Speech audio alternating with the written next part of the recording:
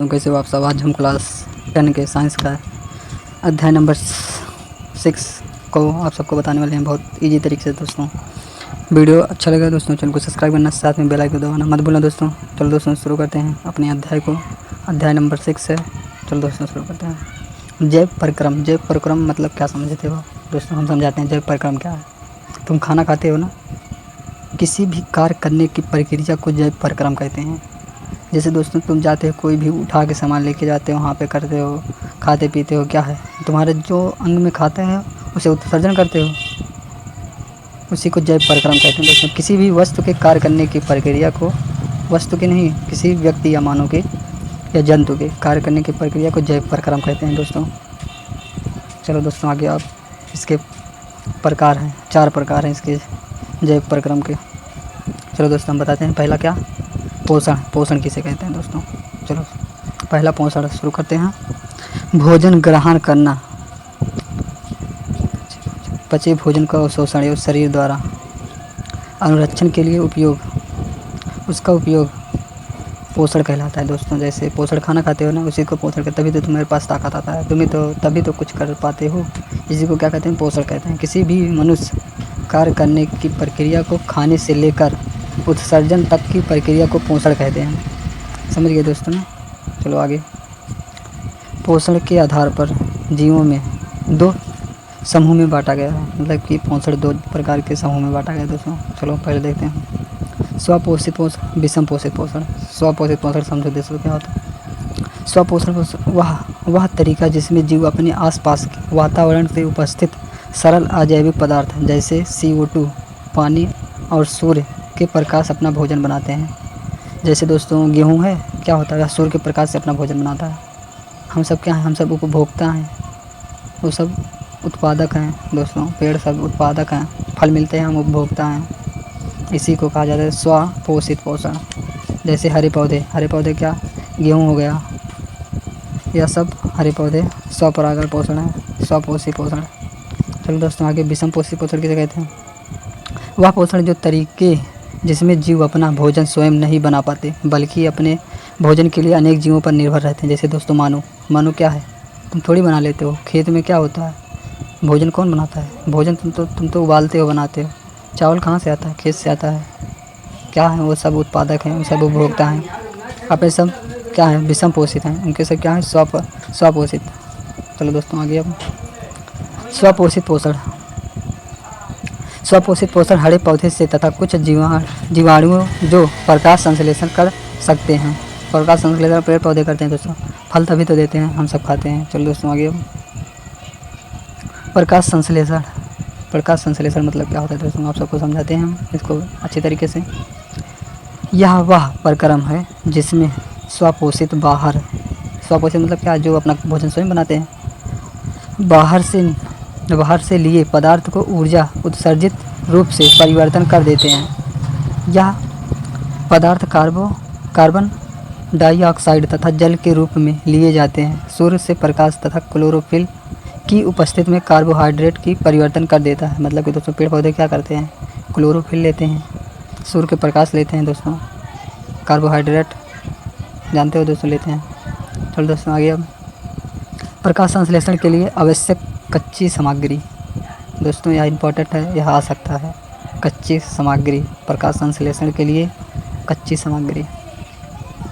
सूर्य का प्रकाश, chlorophyll, carbon dioxide, स्थलीय पौधे इसमें वायुमंडलीय से प्राप्त करते हैं। वायुमंडल से प्राप्त करते हैं दोस्तों कार्बन डाइऑक्साइड। चलो दोस्तों आगे। जल भी इनको सबका चाहिए। पेड़ को क्या होता है? जल का भी चाहिए। जल देखो कहाँ से लेते हैं?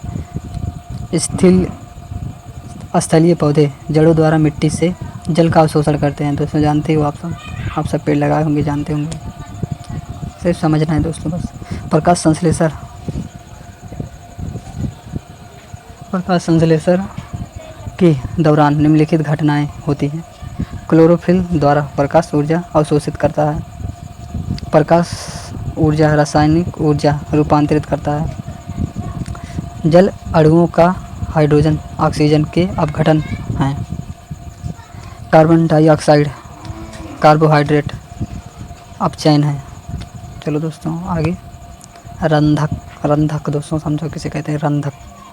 हम सबको बहुत ईजी तरीके से बताते हैं रंधक क्या है। आप क्या करना है, एक पत्ती ले लेना पेड़ की पत्ती ले लेना, उसके बाद पेड़ की पत्ती ले लेना। उसके बाद क्या करना दोस्तों, उसमें बहुत छोटे छोटे छिद्र होते हैं, आप सबको नहीं दिखाई पड़ेगा, लेकिन एक आध पेड़ होते हैं उसमें दिखाई पड़ता है दोस्तों, छिद्र होता है, उसी को रंधक कहते हैं। चलो दोस्तों हम पढ़ के आप सबको सुनाते हैं। पत्ती की सतह पर जो सूक्ष्म छिद्र होता है, पत्ती में एक छिद्र होता है दोस्तों, आप सबको दिखाई नहीं पड़ता, लेकिन कई पेड़ों में पत्तियों में होता है दोस्तों, छिद्र होता है जिसे हम रंधक कहते हैं। पत्तियों के बीच में छिद्र होता है जिसे हम रंधक कहते हैं दोस्तों, ऐसे याद करो बहुत ईजी तरीके से, रंधक होता है।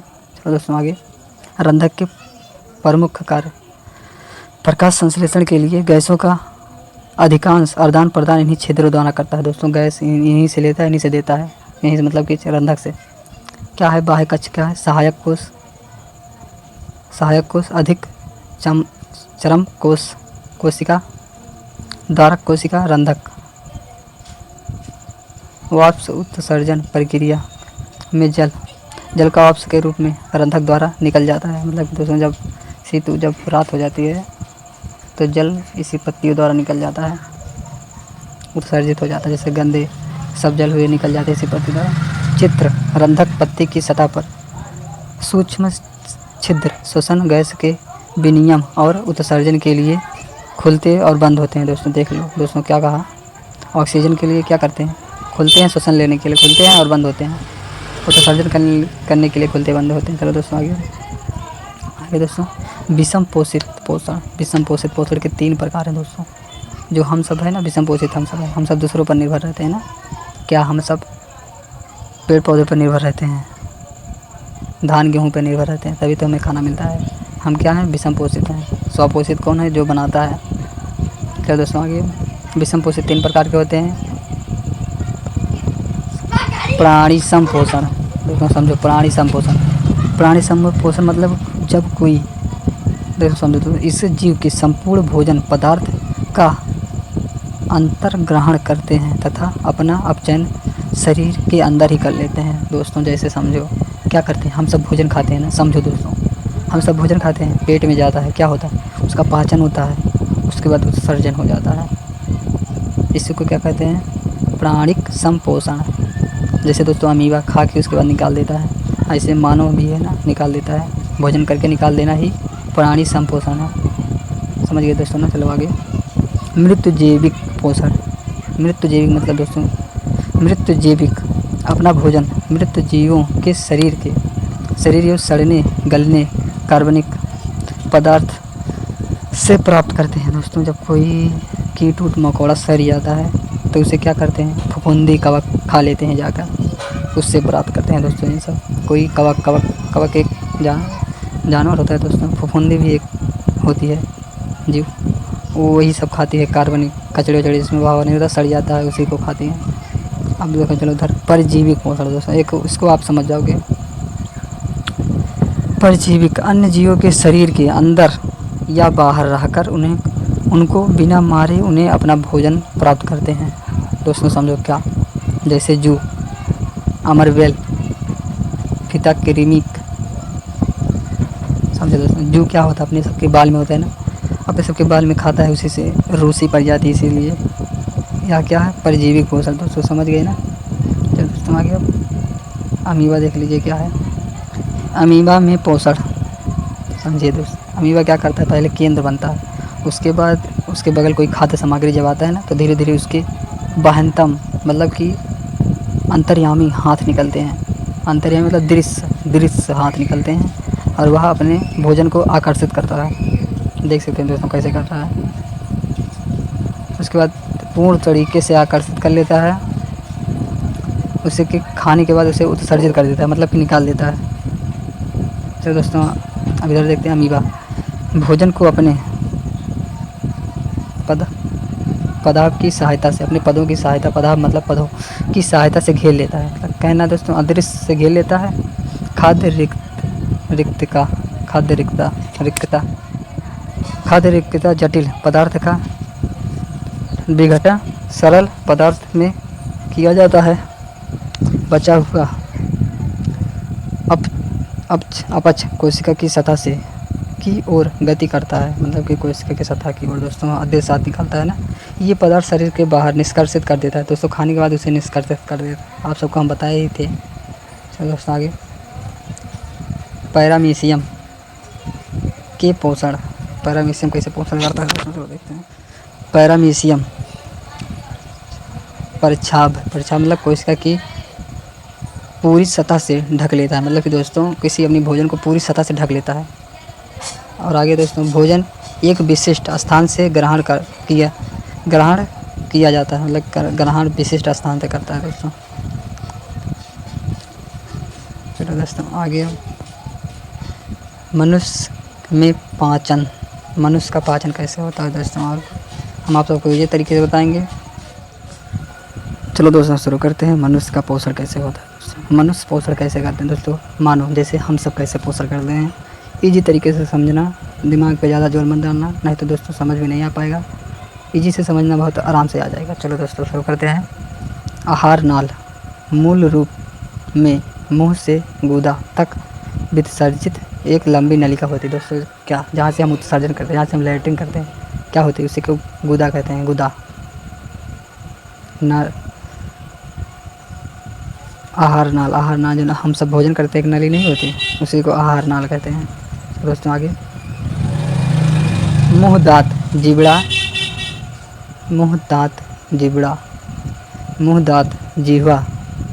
जीवा मतलब जीभ। लार ग्रंथि, जो लार होता है किसी भोजन को लसलसा बनाने की लार। तो दोस्तों मुँह क्या करता है, भोजन को अंतर्ग्रहण करता है। दांत भोजन को चबाता है। जीवा भोजन को लार के साथ पूरी तरह से मिलाता है। लार ग्रंथि दोस्तों, लार ग्रंथि क्या करता है, लार ग्रंथि निकलने वाले रस को लार रस या लार कहते हैं दोस्तों। जो निकलता है लार ना, उसी को खाना लसलसा बनाता है, उसी को लार कहते हैं। स्टार्च लार, 3 प्रकार के लार होते हैं। स्टार्च लार, एमिलोस एंजाइम, माल्टोस शकरा, दोस्तों 3 प्रकार का होता है, इसे याद कर लेना। स्टार्च लार, एमिलोस एंजाइम, माल्टोज शकरा। चलो दोस्तों आगे, भोजन ग्रासिका भोजन जहाँ ग्रहण होता है ना, ग्रासिका नली होती है, उसी को ग्रासिका कहते हैं। अभी समझाने वाले हैं दोस्तों आपको। आप सबका चित्र है दिखाने के लिए। मुँह से आमाशय तक भोजन ग्रासिका दोस्तों समझे, मुँह से आमाशय तक भोजन ग्रासिका की कर्माकुंचन गति होती है, गति द्वारा ले जाया जाता है। ग्रासिका की मांसपेशियों का संकुचन और स्थिलन दोस्तों, आप समझ जाओ दोस्तों।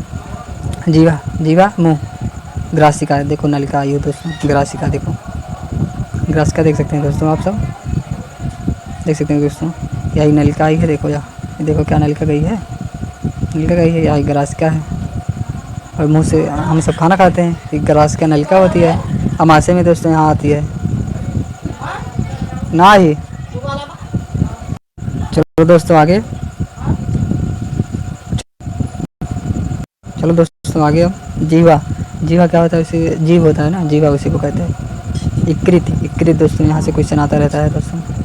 इकृत भोजन का मतलब कि यहाँ से क्या होता है, एक एसिडिक छोड़ा जाता है दोस्तों। यहाँ पे जो अमाशय है ना, अमाशय में जब भोजन आता है ना, तो एसिडिक रहता है, मतलब कि अम्लीय होता है दोस्तों, अम्लीय होता है। तो जब यहाँ जाता है, क्या कहा जाता है,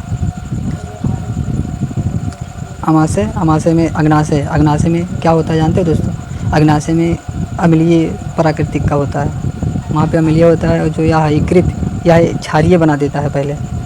उसके बाद दोस्तों आगे चलिए, आप सबको बताते हैं। गुर्दा से भोजन जो होता है, मूल गुर्दा मतलब कि क्या होता है जानते हो, गुदा मतलब क्या होता है, जो हम लैट्रिन करने जाते हैं उसी से निकल जाता है दोस्तों। ठीक दोस्तों, समझो बस आप सब। यहाँ से दोस्तों निकल जाता है, यहाँ से, ये देखो दोस्तों यहाँ से। चलो दोस्तों आगे, दोस्तों यहाँ पेपर में आएगा, आप सब बना के आना दोस्तों। स्क्रीनशॉट लेना हो ले लो दोस्तों, ले सकते हैं दोस्तों आप सब स्क्रीनशॉट। चलो दोस्तों आगे। अमाशय, अमाशय में क्या होते हैं देखो, 3 प्रकार का होता है अमाशय में। जठर ग्रंथि 3 प्रकार की होती है दोस्तों देखो। पेप्सिन, पेप्सिन देखो दोस्तों, पेप्सिन क्या होता है? पाचन एंजाइम, प्रोटीन का पाचन करता है दोस्तों। हाइड्रोक्लोरिक अम्ल, अम्लीय माध्यम तैयार करना जो कि पेप्सिन की क्रिया में सहायता होता है दोस्तों। हम कहें नहीं अम्लीय प्रकृति का होता है संश्लेषण। अमाशय के आंतरिक स्तर को अम्लीय में रक्षा करता है, अम्लीय से रक्षा करता है दोस्तों संश्लेषण। चलो दोस्तों आगे। क्षुद्रंत, क्षुद्रंत मतलब दोस्तों जो हमारा अंदर में पाचन नहीं होता, रात को गुड़गुड़ाहट होती है, अंदर में पूरा नलिका होती है, उसी को कहते हैं क्षुद्रंत। यह सबसे लंबी नलिका होती है। चलो दोस्तों इसके भाग देखते हैं।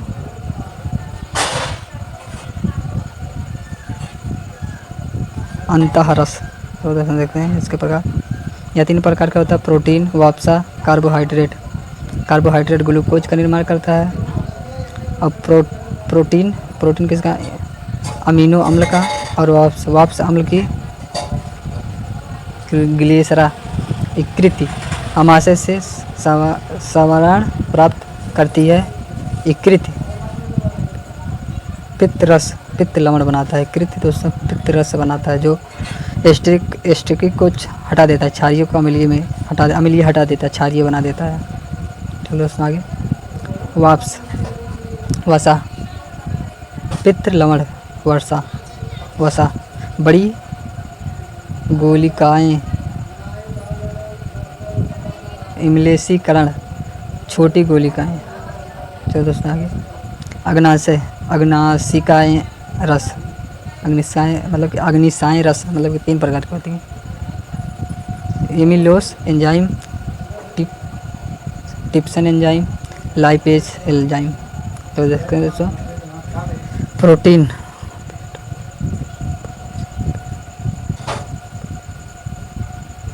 पेप्टोन्स, वर्षा अम्ल, स्टार्च, ग्लूकोज। दक्ष रोम, दर्द रोम अवशोषण का सही क्षेत्रफल बढ़ा देता है।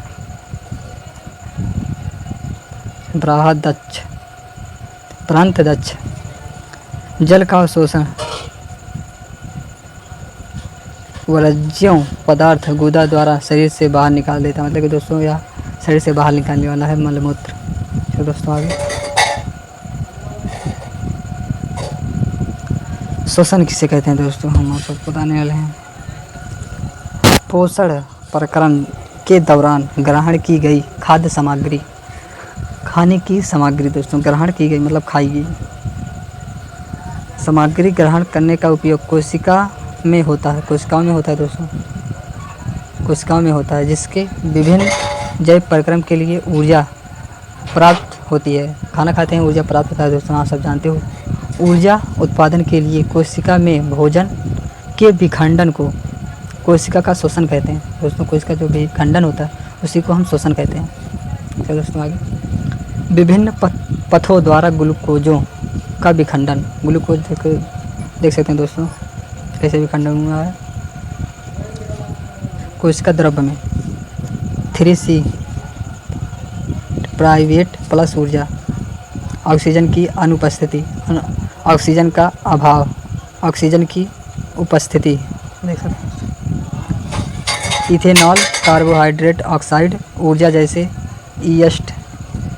ईस्टर किण्वन, लैक्टिक अम्ल, ऊर्जा हमारी पेशियाँ कोशिका में। कार्बन हाइड्रोक्साइड, जल प्लस ऊर्जा माइक्रोकांडिया में होता है दोस्तों। चलो देखते हैं श्वसन।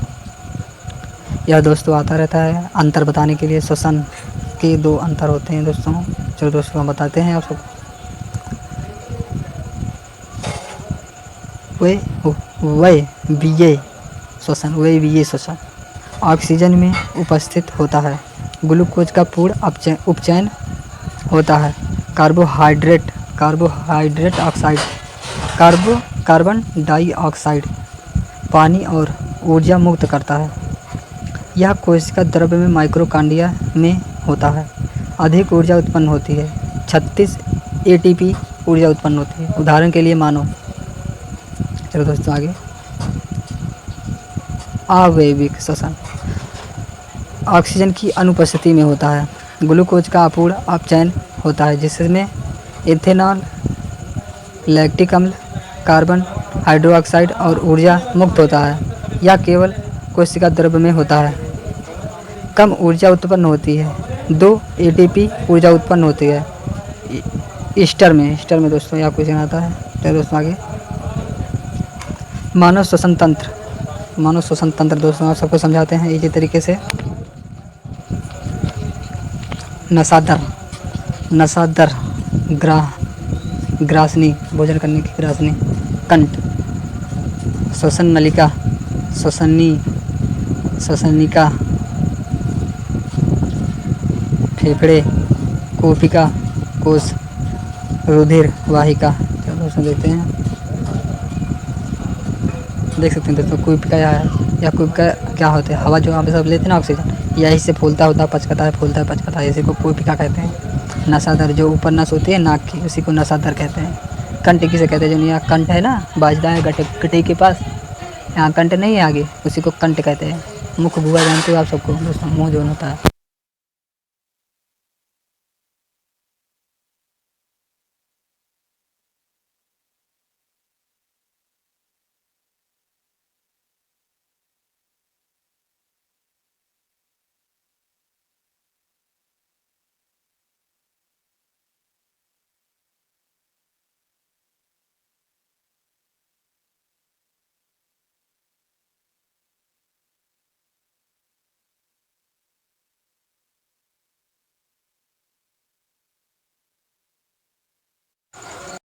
चलो दोस्तों आगे चलते हैं। मानव श्वसन की क्रिया क्या है दोस्तों, आप सब समझते हैं। इससे का अंतर बताइए। यह दोस्तों क्वेश्चन आता रहता है दोस्तों बोर्ड में, इसको इम्पोर्टेंट समझ कर याद करके जाना। चलो दोस्तों बताते हैं। देखो दोस्तों क्या है इसमें,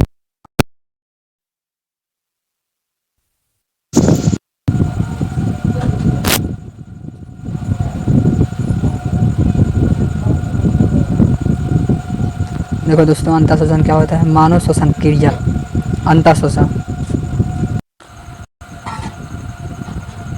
चलो दोस्तों आगे देखते हैं। मानव श्वसन क्रिया, अंतः श्वसन के दौरान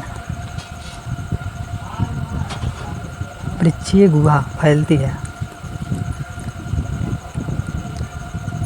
पसलियों में संलग्न पेशियाँ सिकुड़ती है, वक्ष रूप से बाहर की ओर गति करती है, गुहा के वायु तथा दाब कम हो जाता है और वायु फेफड़े में भर जाती है।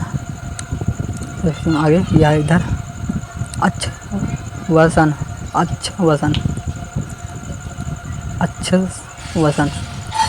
वृक्षीय गुहा अपने मूल आकार में वापस आ जाता है।